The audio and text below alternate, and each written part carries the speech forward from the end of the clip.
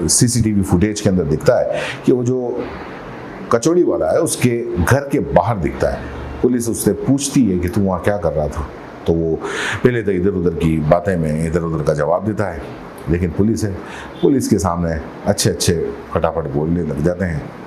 पहले तो वो इधर उधर की वो कहता है कि मैं भाभी के वहाँ गया था, ऐसा सामान लेने गया था, ये वो। पुलिस को बात हजम नहीं होती, पुलिस अपने तरीके से पूछती है और अनीता की कॉल रिकॉर्डिंग भी निकालती है।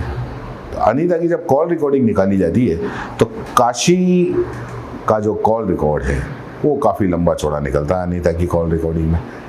और उस दिन की रात देर रात तक उन्होंने घंटों बातचीत की थी। अब पुलिस को शक यहाँ पर गहराता है। पुलिस दोनों को अरेस्ट कर लेती है, अनीता और काशी को। उनसे पूछताछ शुरू करती है। पूछताछ में जो अनीता है वो पहले बताने से बहुत बचती है, नहीं बताती है कि जो काशी है वो कहीं ना कहीं पुलिस के सामने टूट जाता है, क्योंकि दोनों से जब पूछताछ होती है, काशी को पुलिस अपने तरीके से पूछती है तो वो टूट जाता है और फिर पूरी कहानी बयान करता है।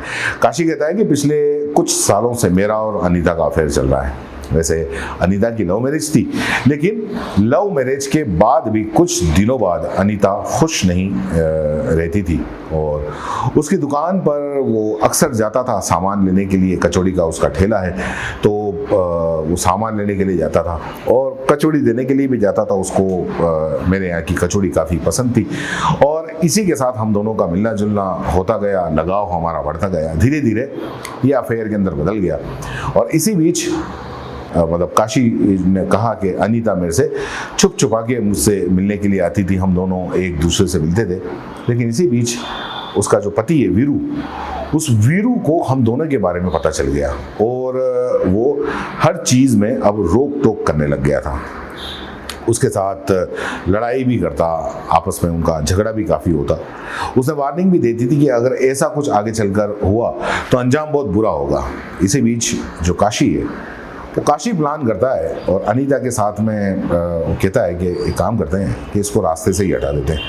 तो अनीता भी इस बात को मान लेती है कि हाँ ठीक है, इसको रास्ते से ही हटा दो, इसको मार ही दो।